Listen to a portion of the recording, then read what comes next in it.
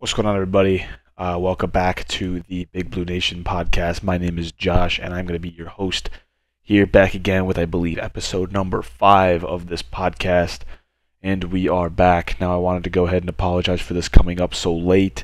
It might even be uploaded at around midnight on Tuesday. I'm recording it here at 11:41 p.m. on Monday, so it's a pretty late, unfortunately. But it's here.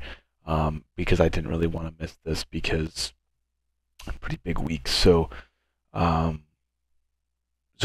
the last 2 weeks, the last week here has been pretty eventful with sports, for UK sports especially, and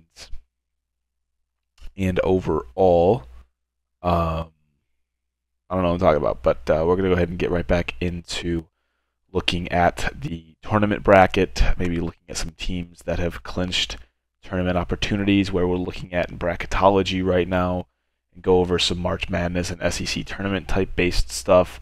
But first, if we take a look at the game against Ole Miss this week, we beat them 83 to 72. It got a little closer than we would have liked here at one point.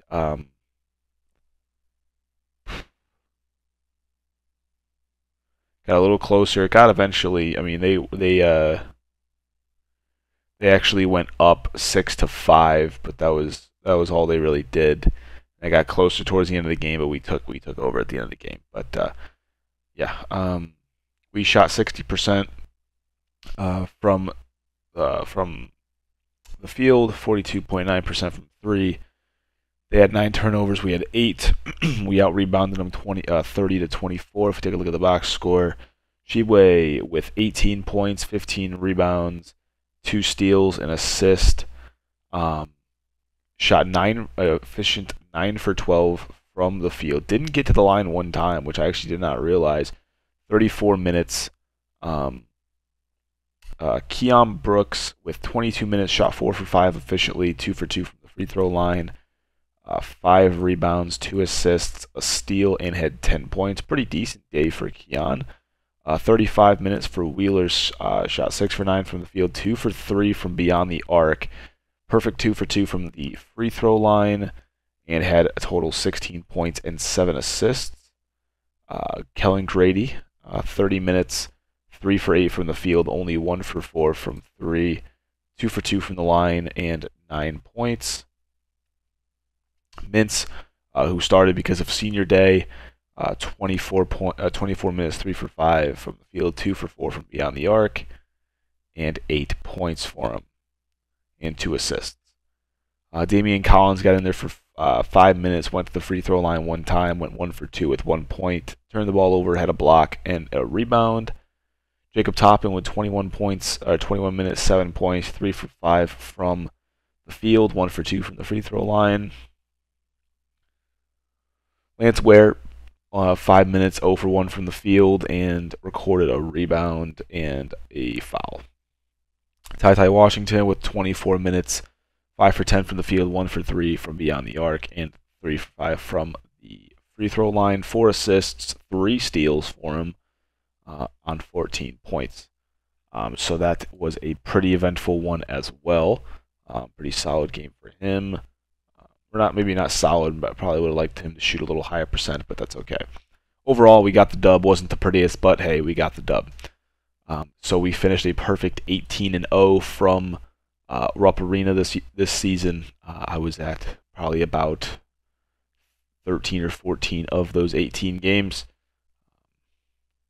It was a great time, man. I'm looking forward to next season as well here at Rupp Arena. But yeah, that closes out the season at Rupp, and then the season finale against Florida. We took the lead and never let go. They did not lead one time in that game. They started to get it a little closer, but for the most part, we kept them at bay. They eventually got it up to the final score was 71-63. They had it close a couple times, like within 3 or 4, but never really got super close except for the start of the game.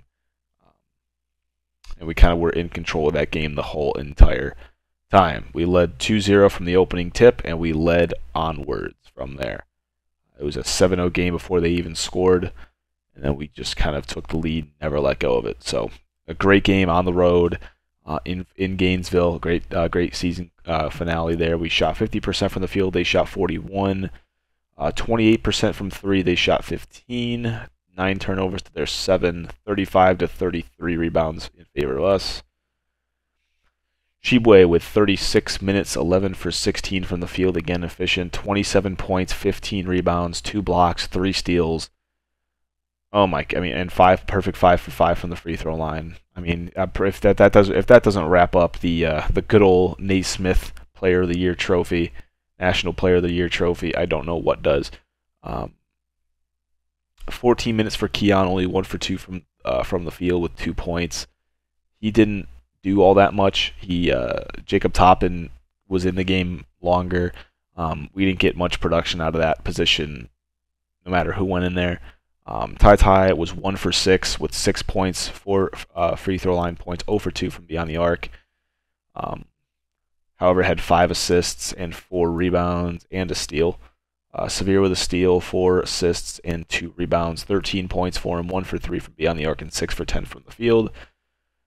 5 for 8 from Grady, 1 for 3 from the field, 3 assists as well, and 11 points. Jacob Toppin with 26 minutes and only 2 points, 1 for 4 from the field. However, did have 7 rebounds and an assist in those minutes. Davion Mintz recorded 10 points off of 2 for 6 3-point shooting, 3 for 8 field shooting, and 2 for 4 free throw shooting, with again 3 rebounds, no assists, steal or block on 25 minutes. So not a lot of production from the bench in terms of points, only 12 points from the bench, compared to like their 22 points from the bench. McKissick again just being an aggressive player, but you know, we got the win on the road here to finish out the season 25 and to finish out the regular season 25-6. So that was that. So overall, again, Shibwe led us to that victory again. So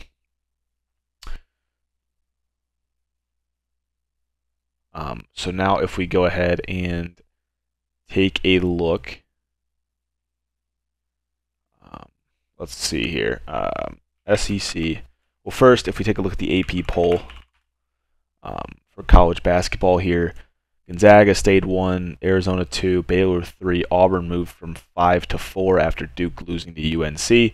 Kentucky, us, went from 7 to 5 after jumping Duke and Kansas. So we're back into the top 5, pretty much guaranteeing that if we win the SEC tournament, we are pretty much guaranteed a 1 seed in the NCAA tournament. But we'll take a look at bracketology, where CBS and ESPN currently have us at right now. Nova. What am I talking about? Nova. What the heck am I talking about? After that's going to be Kansas at 6 after them losing to TCU. Duke went from 4 to 7, which is honestly a pretty big drop for them in my opinion after losing to UNC, but it is at home. Then Villanova, Purdue, Tennessee breaking into the top 10. Providence, Wisconsin, UCLA, Texas Tech, Arkansas, Illinois, St. Mary's, Houston, Murray State, Connecticut, or UConn, USC, Texas, Colorado State, Iowa, and North Carolina breaking into the top 25 as well. So that is that. Alabama dropped out after losing to LSU. So that's that. So we moved back up into the top 5 to finish out the season, which is nice. It doesn't matter a whole lot now, but we do move back into the top 5. So now if we go ahead and take a look at ESPN Bracketology, this one I don't necessarily agree with here. They have the 1 seeds being Gonzaga, Baylor, Arizona, and Kansas. I do not agree with that at all. I think the committee will see that we are they have Auburn and us both as 2 seeds. Which doesn't make any sense. I think Auburn deserves that spot way over Kansas, and we deserve it over Kansas as well. Us and Kansas, I think they have the same record as us, and we beat them on their home court and smacked them. So We're still a 2 seed regardless. Right now, we should be the number one, we should be the first 2 seed out right now of that top spot. But hey, it is what it is. What are you gonna do? Currently, they have us playing in Indianapolis in the regional for in the East regional. So that's kind of where Bracketology is looking at us for ESPN. We as a 2 seed and Kansas as a 1 seed, which I don't get at all. But we can go ahead and take a look at CBS's Bracketology as well. Right now, this was updated again this morning at 6 a.m. Right now, 1 seeds Auburn, Gonzaga, Baylor, and Arizona, as it should be. And then us as a 2 seed, Purdue as a 2 seed, Duke, and Kansas all as 2 seeds as well. We are in the East again in Indianapolis is currently where we're at in both projections with Ohio State, Notre Dame, and Jacksonville. Villanova, UCLA, USC, St. Mary's, and Michigan State and Baylor all in that one. I think that should be a pretty decent bracket if we were to pick one. Either that one, yeah, I'd like to probably pick that one to be honest. Because these other brackets, Gonzaga, Alabama, who can get hot at any time, Arkansas can get hot at any time. Duke can get hot at any time. Wisconsin hasn't shown me a whole lot. Seton Hall, same thing. In the South, Arizona, Texas Tech can get hot. Tennessee can get very hot. Purdue has Jaden Ivey. Teams we wouldn't really want to see. But then obviously in the Midwest, you have Auburn, Illinois, Kansas can get hot. Iowa can get a little hot as well. Houston can get hot. But they haven't really showed that. LSU has really good defense. Marquette is a big team killer. So there's a lot of big team killers out there this year. If Rutgers makes the tournament, they are currently a last 4-in team. They make the tournament. They could do what UCLA did last year and be a big team killer, to be honest with you. They've done it all season long. So has Marquette as well in the Big East, beating Villanova twice, just beating some really, really solid teams. So that's where Bracketology has us at right now as a 2 seed in the East in Indianapolis. Again, however, they have some differences in their number ones with Baylor, with Auburn taking that 1 spot instead of Kansas, as it should be. So obviously, if we win the SEC tournament, we should, in all realistic hopes, we would break into the top seeds there. If we take a look at the SEC men's basketball tournament, they have the bracket released here.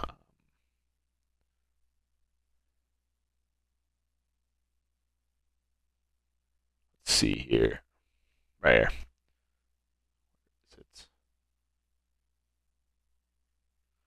Here is the tournament bracket. On Twitter, they released it March 9th, which is in 2 days on Thursday. You have no.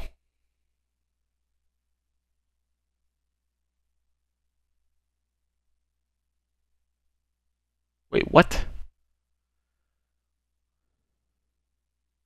Yeah, that's Wednesday. Wednesday, you have Ole Miss and Missouri 13 and 12 playing. Georgia and Vanderbilt playing.